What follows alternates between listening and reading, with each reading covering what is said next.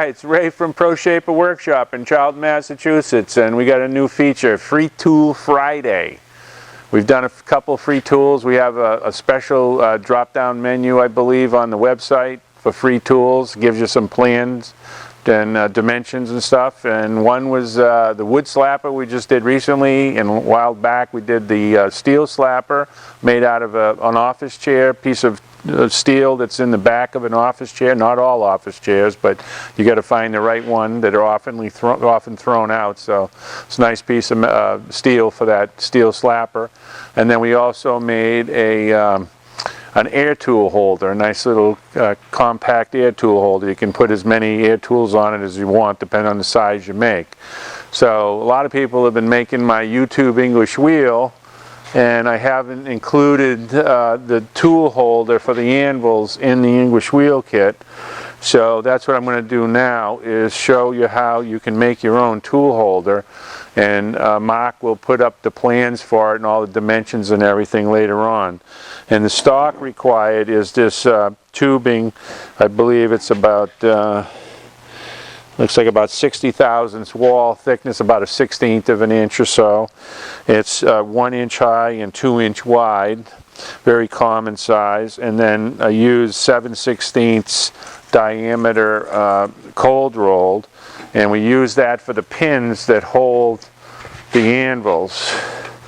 So the anvil's got a 1/2 inch ID on the bearings, and you can pop those right on real easy there.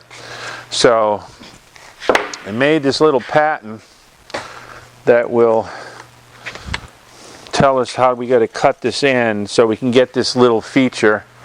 If Mark can come in on this little feature right here, and that's the securing tab, and it looks nice putting that little taper in. And then we're going to have a layout for where we're going to put the pins, and this needs to be drilled in a drill press, and then you weld them on the bottom on the back side. And we'll show some of that. And you can source all this material locally, or we can make up a little kit. Unfortunately we can't. This is 28 inches long, I believe. Let me check. No, it's 30 inches long, and the most we can mail in a U.S. Postal Service flat rate box would be 23 inches, I believe. So we had Mark cut up some stock. We cut up some of these, so we'll offer a little kit that you can buy too if you have a hard time sourcing this locally. So that will be available also on the website. So you'll be able to take that kit and transform it into the tool holder. This one has 6 spots, but the shorter one will only have 4 spots, but 4 is more than enough. And this could be a universal tool holder. It works really nice on this because we have the angled legs, but if you were putting it on like this, you would have to just weld a little tab on here, and you could weld it on pretty much any type of, or bolt it on any type of English wheel.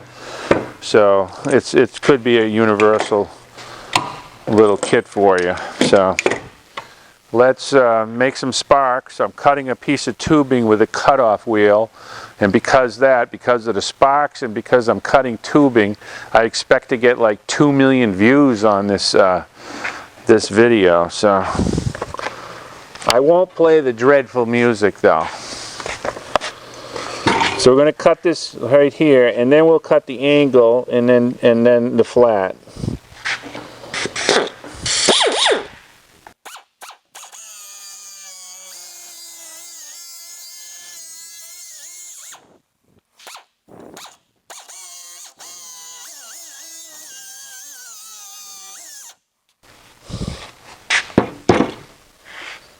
So I'm using a cutoff wheel. Normally I would probably just use my bandsaw for this, but not everybody has a bandsaw, so the cutoff wheels are a lot less expensive. Trying to do it with inexpensive tools.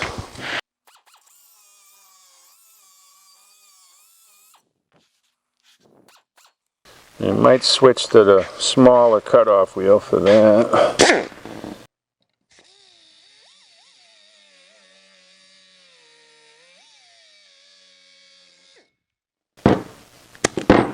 This is just a little Dremel setup here. Instead of being on a Dremel, I got it on the air. And I'll cut that angle with that.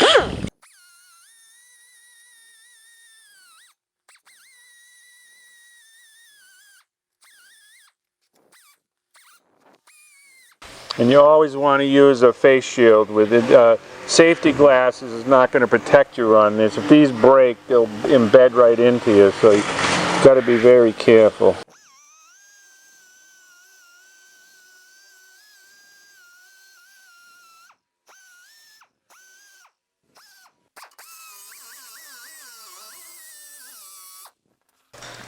Someone made a comment that they didn't like this Harbor Freight Chief. I think this is probably one of the nicest cut-off wheels out there. Especially for the money, they're like $100.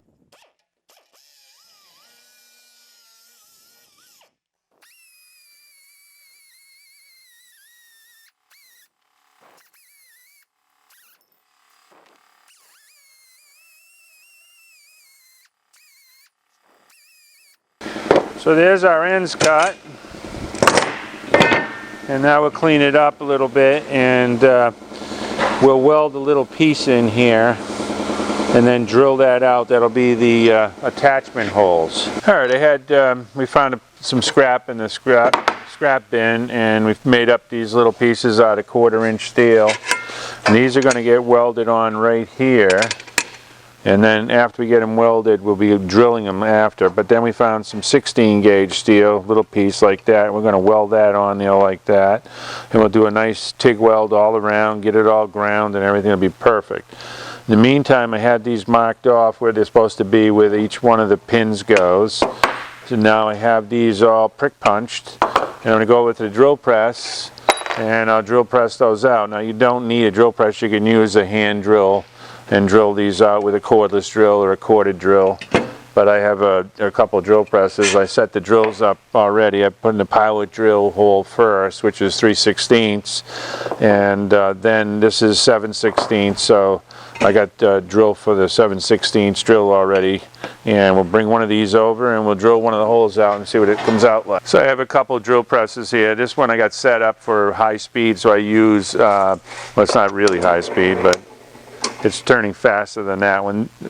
Faster speed, small drills. Slower speed, bigger drills. And if I got really heavy stuff, I've got a much larger drill press over here.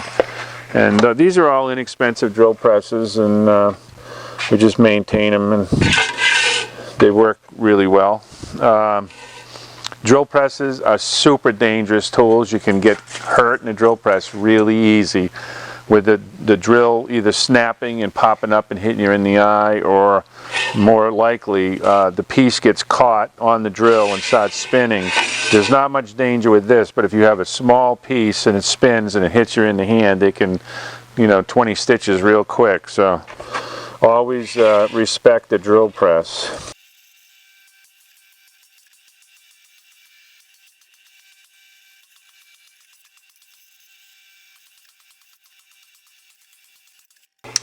Alright, we got that done.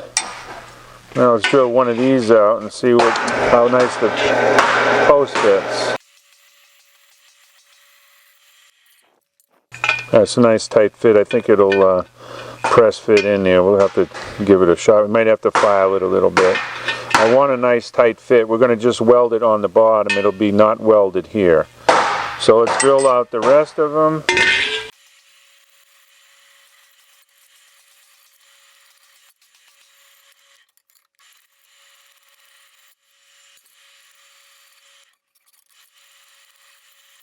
So we got our holes all drilled. Now we need to drill 2 more holes on the ends. Let's weld those pieces in, and we'll clean the welds all up. And then these here, we'll try pounding this in. And if it's too hard, then we'll file it out with a round file a little bit. I'm going to use a heavy rod to kind of fill that in. We'll kind of round it a little bit there. First I'll tack it.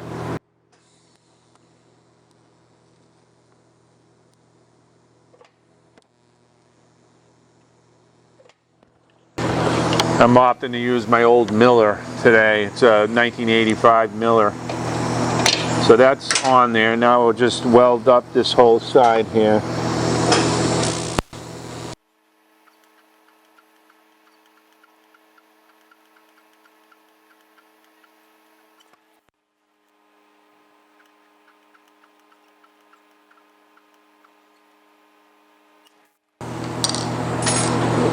That's that.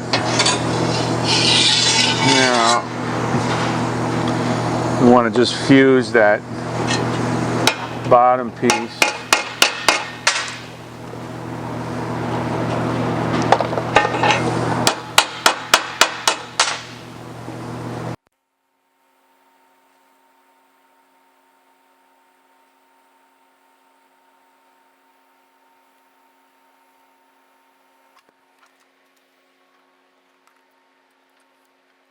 And that'll all clean up nice with the grinder now.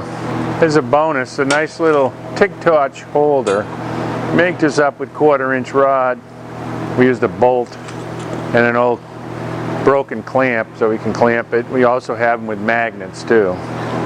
I'll go get a magnet one so you can see that. The magnets we get at Harbor Freight. This is just an old flea market find clamp for 50 cents or $1 or whatever. And they just lock in there really nice. You can go that way or all the way in. Nice little tool. So you get a freebie tool for Free Tool Friday. So now we're going to put this little cap on right here. This is a 16 gauge cap. This is just scrap metal that we scrounged around the shop here. We just put a couple tacks to hold it in.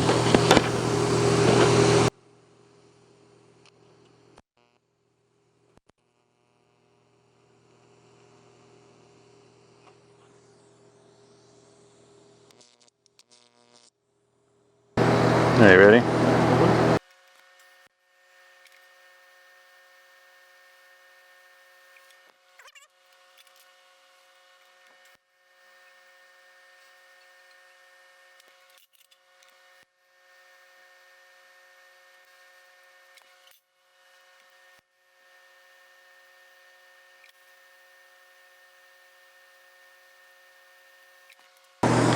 So that's one end all finished welded. Now we'll do the other side. It's starting to look pretty nice. Just simple ingredients and you end up with a nice result if you take your time. Alright, both ends are welded up. We'll cool it off and we'll go over and drill the holes. And then we have a little grinding to do for the cleanup. And then we'll try putting one of the posts in. I'm going to try to round those pins over.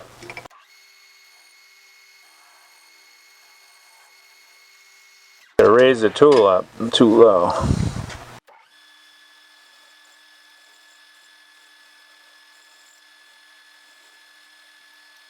Yeah, that's a nice rounded over look there. So it won't bite the bearing when you push the wheel over it. Alright, we're going to prick punch these holes here. Let's mark them with a pen first to get a guesstimate here where the center is. We're going to put a probably about a 330 hole, 330 thousandths. That will accept a 5/16 bolt in there. And we'll drill those out, and then all we need to do is clean this all up, put the pins in, weld the pins, and we're finished. This will go on. This is slated to go on the second YouTube wheel that we've made. Frank, my volunteer, has made another one. It's been done for months. We just haven't had a chance to finish it up. It's going to be painted and everything. So this is one of the last things we need. We have the mechanism for it all done. So let's go drill this out. We'll pilot it with that 3/16 first.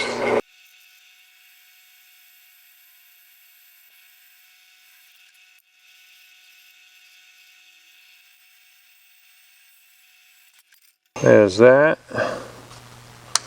Now we'll take this, we'll leave that light on. Take this drill out and we'll find a 330 drill. I have a 340 drill now.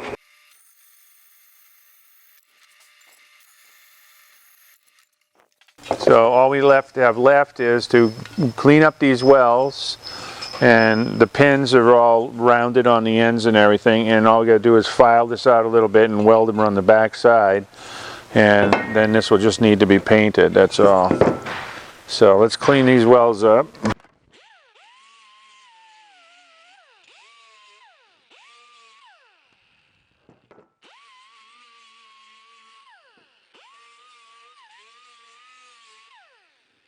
Alright, all ground up. A little soft pad with 80 grit, and really could dress those nice.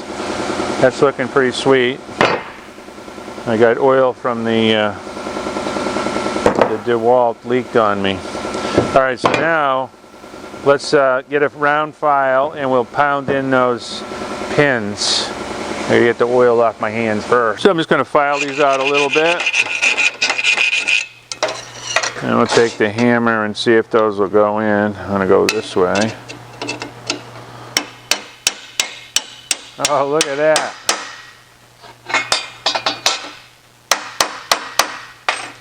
Perfect. Alright, so now we'll weld that on there and we'll have a really nice piece. Fire up the old Miller again.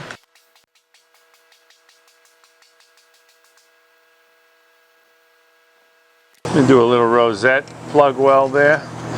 I didn't want the pin coming down 100%. There was a little bit down below surface. And now that's super solid.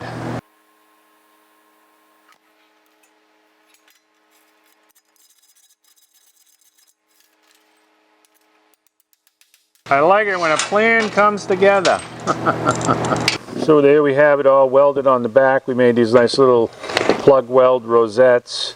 Very strong, nice and straight. We got 5 tools for it. The one that, if we sell the kit, there'll be only room for 4. That's based on the shipping box, so 4 is fine. I generally use only 3 wheels anyways, pretty much. So all I gotta do is grind these rosettes off, and I was thinking we have a nice little lathe tool that rounds these off.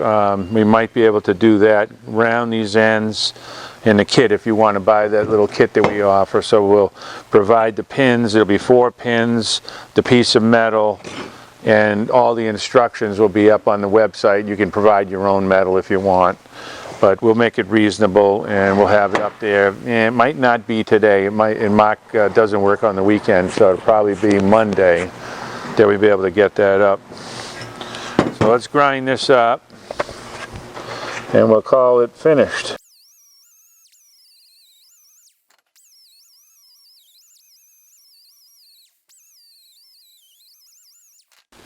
So maybe I'll take and use the soft pad with a little bit of 80 and clean these ends a little bit more. But pretty much that's finished. That's a nice tool holder. And what we do is put a little rubber O-ring on there too. So when you drop the anvils, they don't hit the metal piece. It'll just hit the little rubber O-ring. And these will get all painted up nice, and now we can finish YouTube wheel number 2. We'll probably use that in the shop, I'm not sure. So I hope it was a nice little project for you to watch. We had lots of sparks. That should be 2 million views at least. So please remember to subscribe, like, tell all your friends about the channel, and give us those comments. We answer all the comments except for the nasty ones. And remember, metal is clay. It's Wray. See you soon.